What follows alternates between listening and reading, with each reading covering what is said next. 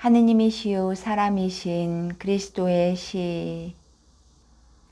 예수께서 헤브론에 가신다. 드가리아의 집 아글라에. 몇 시쯤에 도착할까요? 일행 가운데에서 걸어가시는 예수께서 물으신다. 그들 앞에는 양들이 비탈의 풀들을 뜯어먹으며 간다. 3시쯤에요. 10마일가량 됩니다. 하고 엘리야가 대답한다. 그 다음에는 가리옷으로 갑니까? 하고 유다가 묻는다. 그렇다. 가리옷에 간다. 그런데 유다에서 가리옷으로 가는 것이 더 가깝지 않습니까? 멀지는 않을 건데요. 그렇지요, 목자 양반? 2마일쯤 됩니다. 따라서 우리는 20마일 이상을 공연한 걸음을 하는 것입니다. 유다야, 왜 그렇게 불안해하느냐 하고 예수께서 말씀하신다. 선생님, 저는 불안해하는 것은 아닙니다. 그러나 선생님이 제 집에 오겠다고 약속하셨지요. 내 집에 갈 것이다. 나는 항상 약속을 지킨다. 저는 어머니께 알리려고 사람을 보냈습니다. 그런데 선생님은 이런 말씀을 하셨지요. 정신으로는 우리가 아직 죽은 사람들과 같이 있다고. 그런 말을 하였다. 그러나 유다야, 곰곰이 생각해 보아라. 너는 아직 나를 위하여 고통을 겪지 않았다. 그런데 이 사람들은 고통을 당하는 것이 30년이 되는데도 내게 대한 추억조차도 저버리지 않았다. 추억까지도. 그들은 내가 살아있는지 죽었는지 모르고 있었다. 그런데도 여전히 충실하였다. 그들이 내게 대하여 기억하고 있는 것은 울음과 엄마 젖을 먹는 식욕밖에는 나타내지 않는 갓난 어린아이였다. 그런데도 그들은 나를 하느님으로 공경하였다. 나 때문에 그들은 유다의 수치거리 모양으로 매를 맞고 저주를 받고 박해를 받았다. 그런데도 그들의 믿음은 매를 맞을 때에도 흔들리지 않고 고갈되지 않았고 오히려 그때마다 뿌리를 더 깊이 내리고 더 힘차게 되었다. 말이 났으니까 말씀인데요. 며칠 전부터 질문을 하고 싶어 입이 간지러워 못 견디는 것이 한 가지 있습니다. 그 사람들은 선생님의 친구이고 하느님의 친구이지요. 천사들이 하늘의 평화로 그들에게 축복했지요. 그렇지 않습니까? 온갖 유혹을 물리치고 의롭게 살아왔지요. 그러면 그 사람들이 왜 불행했는지 설명해 주십시오. 그리고 안나는요? 그 여자는 선생님을 사랑했기 때문에 죽임을 당했습니다. 그것으로 너는 따라서 내 사랑과 사람들이 내게 주는 사랑은 불운을 가져온다는 결론을 내리는 것이로구나. 아니오시다. 그러나 그것이다. 나는 내가 그렇게 빛에 무감각하고 그렇게도 인간적인 판단력에 붙잡혀 있는 것이 마음에 들지 않는다. 아니다, 요한아, 가만 내버려 두어라. 너 시몬도 나는 유다가 말을 하는 것을 더 낫게 생각한다. 그 때문에 그를 책망하는 일은 결코 없을 것이다. 다만 나는 영혼들의 문이 활짝 열려 빛이 그 안으로 들어가게 하기를 원한다. 유다야, 이리 와서 내 말을 들어라. 너는 지금 살고 있는 수많은 사람들과 장차 살게 될 수많은 사람들에게 공통된 판단에서 출발하고 있다. 나는 판단이라고 말하였다. 그러나 오류라고 말해야 할 것이다. 다만 너희들이 악의를 가지고 그렇게 하는 것이 아니라 진리가 어떤 것인지를 몰라서 그렇게 하기 때문에 그것은 오류가 아니고 다만 어린이의 판단이 그럴 수 있는 것과 같이 불완전한 판단일 뿐이다. 그리고 가엾은 너와 같은 사람들은 사실 어린이들이다. 그리고 나는 너희들을 참된 것과 거짓 것, 좋은 것과 나쁜 것, 좋은 것과 더 좋은 것을 구별할 줄 아는 어른을 만들려고 여기에 선생으로 있는 것이다. 그러니까 잘 들어라. 인생이란 무엇이냐? 기다리는 때이다. 그보다도 너희들이 적자인지 서자인지 증명하기 위하여, 그리고 너희들의 행실에 따라 기다림도 시련도 없을 미래를 마련해 주시기 위하여 하느님 아버지께서 너희에게 주시는 고성소 중에서도 고성소라고 말하겠다. 이제는 너희들 말 좀 해보아라. 어떤 사람이 하느님을 특별히 섬길 수 있는 보기 드문 이익을 가졌기 때문에 일생 동안 특별한 은혜를 누려야 마땅하겠느냐? 너희들 생각에는 그 사람이 벌써 많은 것을 받았고 그 이유로 그 사람이 인간적으로 행복하지 못하더라도 자기가 행복하다고 말할 수 있을 것 같지 않으냐? 자기 마음속에 벌써 하느님의 발현의 빛을 가지고 그의 양심이 옳다고 칭찬하는 미소를 가진 사람이 이 세상의 명예와 재산도 가진다는 것은 불공평한 일이 아니겠느냐? 또 무분별한 일이기도 하지 않겠느냐? 선생님, 저는 그것이 하느님을 모독하는 일이기도 하다고 말하겠습니다. 선생님이 계신 곳에 왜 인간적인 기쁨을 갖다 두겠습니까? 어떤 사람이 선생님을 차지하고 있으면, 그런데 저 사람들은 30년째나 선생님을 차지하고 있기 때문에 이스라엘에서 유일한 부자들입니다. 다른 것은 아무것도 가질 필요가 없습니다. 속죄소에는 인간적인 물건을 갖다 놓지 않고 또 축성된 그릇은 거룩한 용도에만 쓰입니다. 저 사람들은 선생님의 미소를 본 그날부터 축성된 사람들입니다. 그리고 선생님을 차지하고 있는 그들의 마음에는 선생님이 아닌 것은 아무것도, 정말 아무것도 들어가서는 안 됩니다. 제가 저 사람들처럼 되었으면 좋겠습니다. 하고 시몬이 말한다. 그렇지만 자네는 선생님을 뵙고 병이 고쳐진 다음에 서둘러 자네 재산을 도로 찾았지 하고 유다가 빈정거리며 대답한다. 그건 사실이야. 나는 그렇게 하겠다고 말했고 또 그렇게 했어. 그렇지만 왜 그랬는지 아나? 모든 것을 알지 못하면서 어떻게 판단을 할 수 있나? 내 대리인은 명확한 명령을 받았어. 이제는 열성당원 시몬의 병이 그쳐졌다.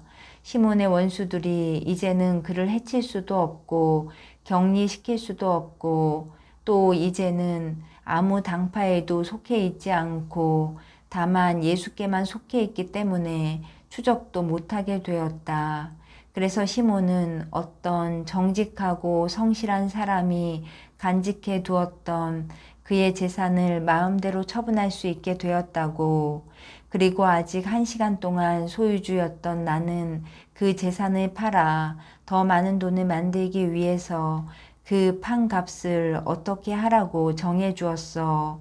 그건 이렇게 말하려고 했던 것이지. 아니야, 그건 말 안 하겠어. 시몬아, 천사들이 내 대신 그 말을 하고 또 영원한 책에 기입한다 하고 예수께서 말씀하신다. 시몬이 예수를 쳐다본다. 두 시선이 마주치는데 하나는 놀라는 시선이고 또 하나는 축복하는 시선이다. 늘 그런 것처럼 제가 잘못이군요. 아니다, 유다야. 너는 실제적인 감각을 가지고 있다. 너 자신이 그렇게 말하였지. 아이, 그렇지만 예수님하고 있으면.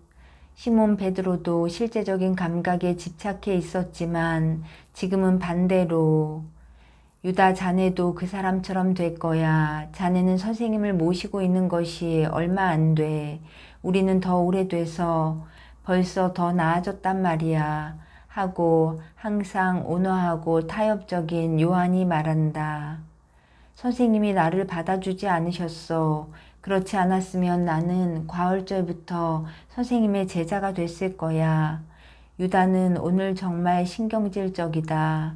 예수께서는 레위에게 갈릴레아에 가본 일이 있소? 하고 물으시는 것으로 그 이야기에 종지부를 찍으신다.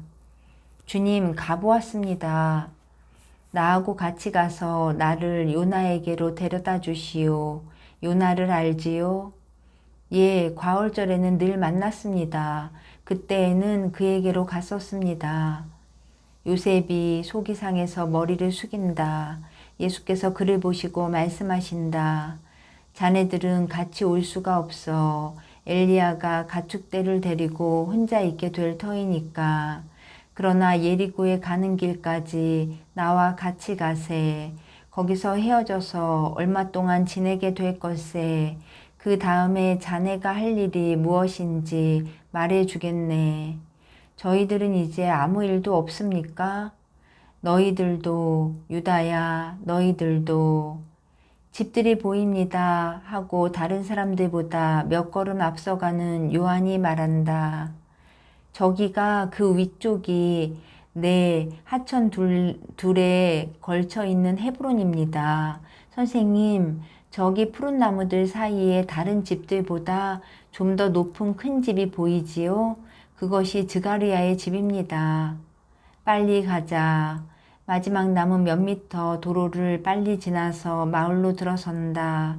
매우 엉성하게 포석을 깐 길에 고르지 않은 돌들 위로 지나갈 때 양떼들의 방울들은 캐스터네츠 소리를 낸다. 일행이 그 집에 도착하였다. 사람들은 흰 양떼 가운데 있는 모습과 나이와 옷이 각각인 이 한때의 사람들을 쳐다본다. 아이고, 변했군요. 여기엔 쇠격자 문이 있었는데요. 하고 엘리야가 말한다. 지금은 그 자리에 쇠로 만든 정문이 있어 시야를 가리고 또 사람 키보다 더 높은 담이 둘러쳐져 있다. 그래서 아무것도 보이지 않는다. 어쩌면 뒤쪽에 출입문이 있을지 모르니 가보십시다. 일행은 넓은 사변형, 아니 그보다도 장방형을 한 바퀴 빙 돈다. 그러나 어디에나 같은 높이의 담이 있다. 담은 쌓은 지가 얼마 안 됩니다. 하고 요한이 담을 살펴보면서 말한다. 터진 데가 없고 땅에는 석회가 굳어서 돌처럼 된 것이 아직 있습니다. 무덤도 보이지 않습니다. 작은 숲 쪽으로 있었는데요. 이제는 작은 숲이 담 밖에 있고 또 공유지가 된 것 같습니다. 나무를 하고 있는데요. 엘리야는 어쩔 줄을 모른다. 한 남자가 키는 작지만 튼튼하게 생긴 늙은 나무꾼이 일행을 살펴보다가 쓰러뜨린 나무줄기를 자르던 톱질을 그만두고 일행 쪽으로 다가와서 누구를 찾으십니까? 하고 묻는다. 집에 들어가서 드가리아의 무덤 앞에서 기도하려고 했습니다. 무덤은 없어졌습니다. 소식 못 들었습니까? 당신들은 누구십니까? 나는 목자 사무엘의 친구입니다. 그 사람은 엘리야 안 됩니다. 하고 예수께서 말씀하시니 엘리야는 입을 다문다. 아, 사무엘, 그렇지요. 하지만 드가리아의 아들 요한이 옥에 갇힌 뒤로는 집이 그의 것이 아닙니다. 불행한 일이지요.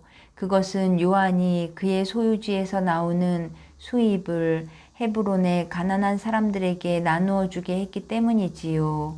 어느 날 아침 헤로데의 조정에서 어떤 사람이 오더니 요엘을 밖으로 내쫓고 사방에 봉인을 하고 나서는 벽돌공들을 데리고 와서 담을 쌓게 했지요. 무덤은 저 구석에 있었는데 거기 두고 싶어 하지 않았어요. 그래서 어느 날 아침 우리는 무덤이 손상되고 벌써 반쯤 헐린 것을 발견했습니다. 가엾은 유골이 모두 썩겨 버렸지요. 우리는 그것을 그럭저럭 주워 모았지요. 지금은 관 하나에 들어 있습니다. 그리고 드가리아의 집에는 그 불결한 놈이 첩들을 살게 한답니다. 지금은 로마의 판토마임을 하는 집이지요. 그렇기 때문에 그자가 담을 쌓게 한 것입니다. 사람들을 보는 것을 사람들이 보는 것을 그는 원치 않는 거지요. 사제의 집이 창가가 되었어요. 기적의 집이요. 선구자의 집이 말입니다. 요한은 메시아가 아니라 하더라도 선구자임에는 틀림없으니까요. 그리고 우리는 세례자 때문에 얼마나 귀찮은 일을 겪었는지 모릅니다. 그렇지만 그 사람은 우리들의 큰 인물입니다. 정말 우리의 위인입니다. 그 사람이 태어난 것이 벌써 기적이었어요. 말라빠진 엉겅퀴 같은 늙은 엘리사벳이 아다리의 사과나무처럼 생식력을 가지게 되었으니 그것이 첫 번째 기적이었지요. 그 다음에는 성녀인 사촌 여동생이 엘리사벳을 도와주고 사제의 혀를 풀어주려고 왔어요. 이름이 마리아라 했지요. 아주 드물게나 그 여자를 볼 수 있었지만 나는 그 여자를 기억합니다. 그 일이 어떻게 이루어졌는지는 모릅니다. 엘리사벳을 기쁘게 하려고 그 여자가 아기를 벤 배에 스가랴의 말 못하는 입을 갖다 대게 했다는 말도 있고 그 여자의 손가락을 스가랴의 입에 넣게 했다는 말도 있어요. 난 잘 모르겠어요. 확실한 것은 9달 동안 말을 못하던 스가랴가 말을 하면서 주님을 찬양하고 메시아가 있다고 말했다는 사실입니다. 다른 사정은 모릅니다. 그렇지만 그날 그 집에 가 있었던 내 아내의 말로는 스가랴의 주님을 찬양하면서 자기 아들이 앞으로 갈 것이라고 말했답니다. 이제 내 말은 이렇습니다. 사람들이 믿는 것과 같지 않고 요한이 메시아이고 아브라함이 하느님 앞으로 가던 것과 같이 요한이 주님 앞으로 간다고 말입니다. 자, 내 말이 옳지 않습니까? 항상 하느님 앞에서 걸어가는 세례자의 정신에 대한 말은 맞습니다. 그러나 메시아에 관한 당신의 말은 옳지 않습니다. 그러면 사람들이 하느님의 아들의 어머니라고 말하던 그 여자는 이것은 사무엘의 말입니다만 그러면 그 여자는 사실로 하느님의 아들의 어머니가 아니었단 말입니까? 아직 그렇게 되지 않았단 말입니까? 그 여자는 하느님의 아들의 어머니였습니다. 메시아는 낳습니다. 그리고 예언자가 말한 것과 같이 광야에서 목소리를 높여 외친 사람이 그리 앞장을 서서 갔습니다. 그렇게 주장하는 사람은 선생이 처음입니다.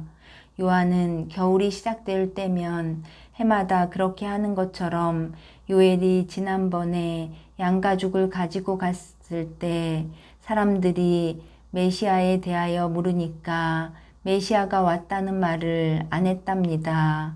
요한이 그 말을 할 때에는 여보세요. 나는 요한의 제자였는데 요한이 손가락으로 가리키면서 저기 하느님의 어린 양이 가신다 하고 말하는 것을 들었습니다. 하고 요한이 말한다. 아니요, 아니야. 어린 양은 요한이요. 말하자면 어머니, 아버지의 도움 없이 혼자서 성장한 참다운 어린 양입니다. 율법의 아들이 되자마자 광야를 내다보는 산의 동굴로 피해가서 거기서 하느님과 이야기하면서 컸습니다. 엘리사벳과 스가랴가 죽었을 때도 요한은 오지 않았습니다.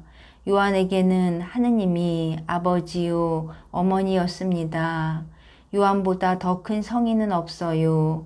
헤브론 사람 모두에게 물어보시오. 사무엘도 그렇게 말했어요.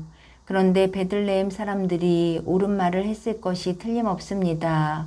하느님의 성인은 요한입니다. 만일 어떤 사람이 당신에게 내가 메시아요 하고 말하면 그에게 뭐라고 말하겠습니까? 하고 예수께서 물으신다. 하느님을 모독하는 자라고 부르고 돌을 던져 쫓아버리겠습니다. 그리고 만일 그 사람이 자기가 메시아라는 것을 증명하기 위해 기적을 행하면요.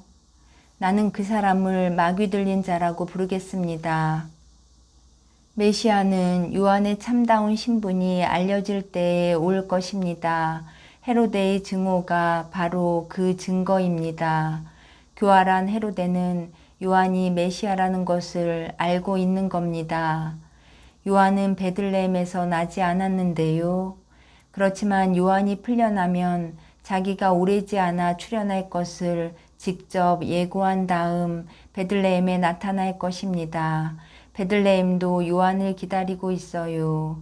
그런데 선생이 베들레헴 사람들에게 다른 메시아 이야기를 하는 것이 무섭지 않거든 해보시오. 그러면 알게 될 겁니다. 여기 회당이 있습니까? 예, 이 길로 곧장 200걸음 가면 됩니다. 혼동할 수가 없습니다. 바로 곁에 모독을 당한 유해가 묻힌 무덤이 있습니다. 안녕히 계시오. 그리고 주께서 당신을 비추어 주시기를 바랍니다. 일행은 떠나서 앞쪽으로 다시 온다. 정문에 유혹적인 옷차림을 한 젊은 여자가 있다. 매우 아름답다. 나으리 집에 들어오시겠습니까? 들어오세요. 예수께서는 재판관과 같이 엄한 눈으로 그 여자를 바라보시며 말씀을 안 하신다. 유다가 모두의 동의를 얻어 이를 떠맡는다. 이 뻔뻔스러운 년아, 굶주린 개 같은 너 내 입으로 내 입김으로 우리를 더럽히지 말고 들어가라. 여자는 얼굴이 새빨개져서 고개를 푹 숙인다. 그 여자는 개구장이들과 행인들에게 욕을 먹고 부끄러워서 급히 사라지려고 한다. 나는 하와가 주는 사과를 절대로 욕심내지 않았다고 말할 만큼 깨끗한 사람이 누구겠느냐 하고 예수께서 엄하게 말씀하신다. 그리고 이렇게 덧붙이신다. 그런 사람을 내게 말하여라. 그러면 나는 가서 그 사람에게 성인이라고 인사를 하겠다. 아무도 없느냐? 그렇다면 만일 너희가 멸시로 인해서가 아니고 약해서 저 여자에게 접근할 수가 없다고 느끼거든 물러들라거라. 나는 약한 사람들에게 기우는 싸움을 시키지는 않는다. 여보시오, 나는 들어가고 싶소. 이 집은 내 친척 되는 분의 것이었소. 이 집이 내게는 소중하오. 주님께서 제게 대해 불쾌감을 느끼지 않으시거든 들어오세요. 사람들이 볼 수 있게 문을 열어 놓으시오. 그래야 입방아를 찢지 않을 거요. 예수께서는 근엄하고 엄숙하게 지나가시고 여자는 마음이 사로잡혀 인사를 하고 움직이지를 못한다. 그러나 군중의 욕설은 그 여자에게 피를 흘리도록 찌르는 듯한 느낌을 준다. 그 여자는 정원 안쪽으로 뛰어서 도망친다. 그동안 예수께서는 계단 있는 데까지 이르셔서 반쯤 열린 문으로 기웃하고 들여다보시지만 들어가지는 않으신다. 그런 다음 무덤이 있던 자리로 가신다. 거기에는 지금 이교도의 사당 같은 것이 있다. 의인들의 해골은 비록 바싹 마르고 흩어졌어도 깨끗하게 하는 향기를 풍기고 영원한 생명의 씨앗을 뿌리오. 착하게 살았던 사람들에게 평화. 주 안에서 잠든 깨끗한 분들에게 평화. 고통을 겪으면서도 악습을 알고자 하지 않은 사람들에게 평화. 세상과 하늘에 참된 위인들에게 평화. 평화. 여자는 몸을 가려주는 울타리를 따라 예수 계신 데까지 왔다. 주님, 왜 그러시오? 성함이 어떻게 되십니까? 예수요. 그 이름은 들은 적이 없습니다. 저는 로마 여자인데 판토마임을 하고 춤추는 여자입니다. 저는 오직 음탕만이 능할 뿐입니다. 그 이름은 무슨 뜻입니까? 제 이름은 아글라에인데 악습이라는 뜻입니다. 내 이름은 구세주라는 뜻이요. 어떻게 구원하십니까? 누구를 구원하시고요? 구원을 진정으로 원하는 사람을 구원하오. 나는 깨끗하게 되는 것을 가르치고 명예와 마찬가지로 고통을 원하도록 가르치고 무슨 일이 있어도 선을 원하도록 가르침으로써 구원하오. 예수께서는 격렬하지 않게 말씀하신다. 그러나 여자에게로 몸을 돌리시지 않으시고 말씀하신다. 저는 타락한 여자입니다. 나는 타락한 사람들을 구하러 온 사람이요. 저는 죽은 여자입니다. 나는 생명을 주는 사람이요. 저는 더럽고 거짓말 투성이입니다. 나는 깨끗함이고 진리요. 주님은 인자하신 분이기도 하군요. 저를 바라보지도 않으시고 만지지도 않으시고 욕을 하지도 않으시니 저를 불쌍히 여기십시오. 우선 당신이 당신 자신을 불쌍히 여겨야 하오. 당신의 영혼이란 것은 무엇입니까? 사람으로 하여금 짐승이 되지 않고 신이 되게 하는 것이요. 악습과 죄는 영혼을 죽이요. 그리고 영혼이 죽고 나면 사람은 혐오감을 일으키는 짐승같이 되오. 주님을 또 뵐 수 있을까요? 나를 찾는 사람은 나를 만나오. 어디에 유하십니까? 사람들의 마음이 성실하게 되기 위하여 의사와 약을 필요로 하는 그곳에 있소. 그럼 저는 주님을 다시는 못 뵙겠습니다. 제가 있는 곳에서는 의사도 원치 않고 약도 성실성도 원치 않습니다. 내가 있는 곳에 당신이 오는 것을 막는 것은 아무것도 없소. 내 이름은 사람들이 거리에서 크게 외쳐서 당신에게까지도 들릴 거요. 안녕히 있소.